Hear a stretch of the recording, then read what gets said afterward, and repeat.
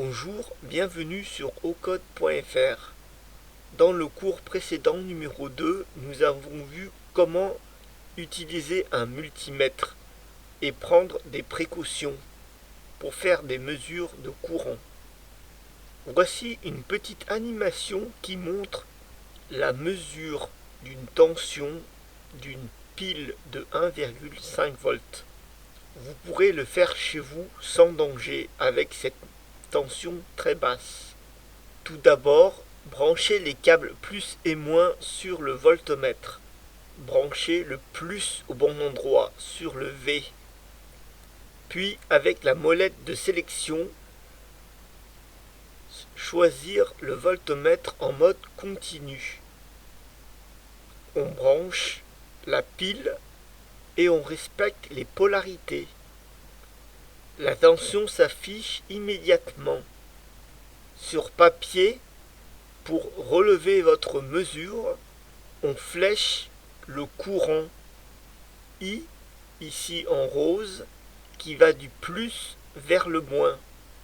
Puis on flèche la tension, on part du moins de la sonde, et l'autre bout de la pointe de la flèche, on pointe sur le plus du câble du voltmètre et on affiche sa tension. Ici le fléchage est en vert, plus 1,5 volts. Normalement dans un voltmètre, la tension plus n'est pas indiquée. Nous avons que sa valeur 1,5.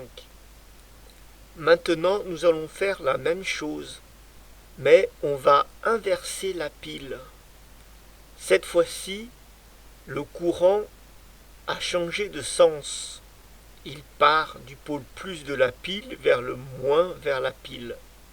Par contre, le multimètre nous donne moins 1,5 volts.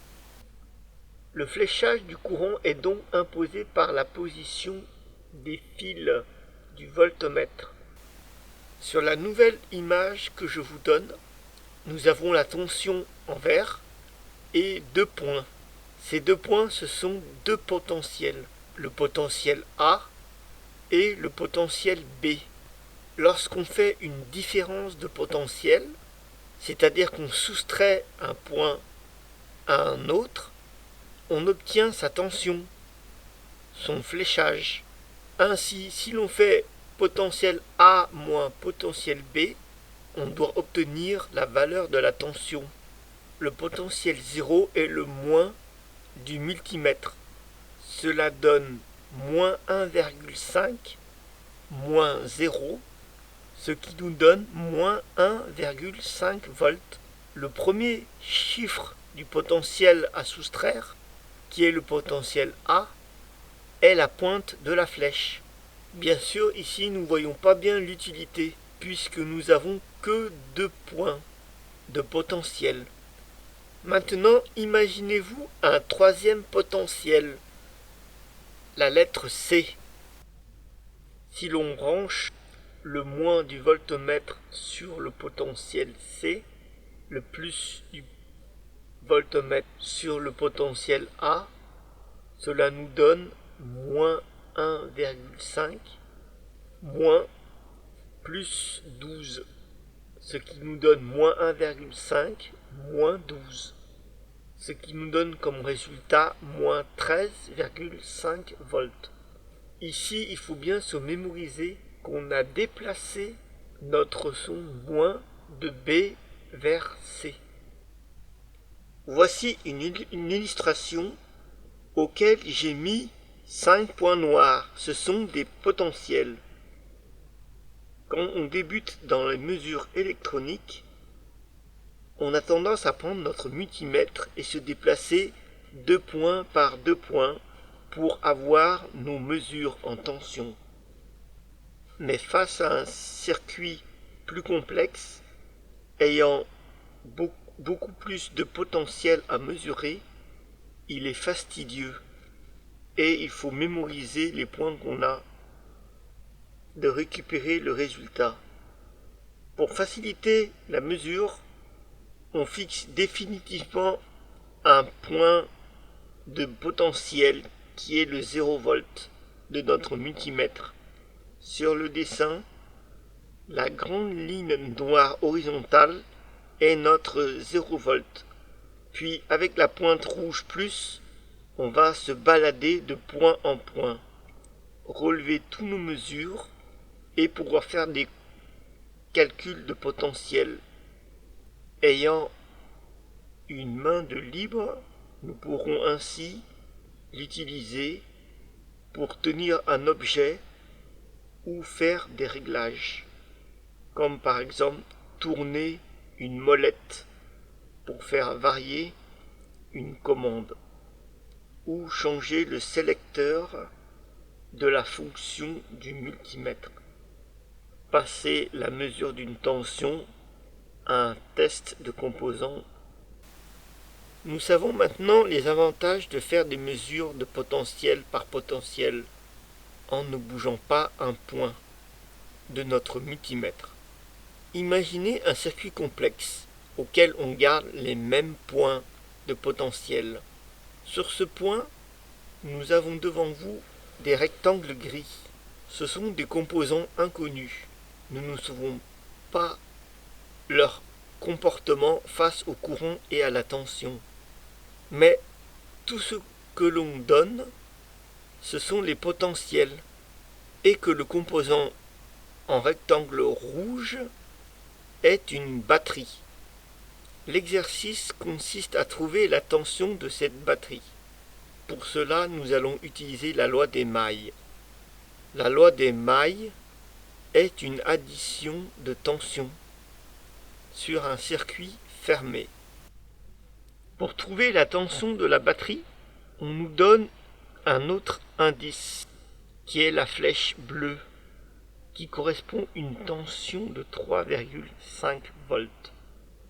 Pour trouver ce problème, on flèche toutes nos tensions de notre circuit fermé et on pose X la tension de la batterie, qui sera une équation. V1 plus V2 plus V3 plus V4 plus V5 égale à 0. V5 est notre X, l'inconnu qu'il faut trouver. Donc V1 plus V2 plus V3 plus V4 plus X égale à 0. Sur le circuit, nous savons que le potentiel au-dessus de V3 est égal à 8,5 volts. On peut donc déjà déduire que V1 plus V2 plus V3 égale 8,5 volts. Le V4 est la fameuse tension en bleu, ce qui correspond à 3,5 volts. Notre équation devient 8,5 volts plus 3,5 volts plus X égale à 0. Si on résout notre problème, cela donne X égale moins 8,5 volts moins 3,5 volts, soit X égale moins 12 volts. X est une tension. Si nous souhaitons avoir le potentiel du point plus de la batterie, on se retrouve à 12 volts. On obtient une tension négative, mais on a un potentiel positif. Cela paraît incohérent, mais rappelez-vous comment on trouve le potentiel. Si je redessine la flèche qui respecte la polarité du voltmètre, j'obtiens bien 12 volts positifs. Donc il faut se rappeler, on prend le bout de la flèche, on prend la tension et on soustrait avec le 0 volt, soit 0 volt moins 12 volts égale plus 12 volts. Moins par moins, ça fait plus. Il est très important de se poser la question si le sens de la tension est correct. Ici, nous avions une flèche à l'envers, vers le 0 volt.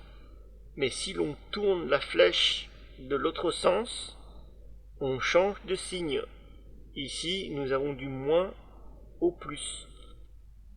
Dans cet exercice, j'ai mis un potentiel plus 5 volts. Mais vu qu'il ne rencontre pas la boucle, nous n'avons pas besoin de l'utiliser. Pour faire une maille, on flèche toutes les tensions dans une boucle et le résultat sera toujours à 0. Dans le prochain cours, nous verrons la loi des nœuds. La loi de nœuds, c'est la somme de courants. Grâce au fléchage du courant, nous pourrons savoir le sens du fléchage de la tension pour le calcul de notre maille. Pour terminer, voici un autre petit problème. On souhaite trouver V3. Quelle serait sa valeur mesurée si on déplace la sonde moins du multimètre au potentiel moins 1,5 volts? On reprend notre équation. V1 plus V2 plus V3 égale 8,5 volts. V1 égale 0. V2 égale moins 1,5. V3, notre inconnu, égale à 8,5 volts. Ce qui donne V3 égale 8,5 volts plus 1,5 volts. Le résultat attendu et mesuré est de 10 volts.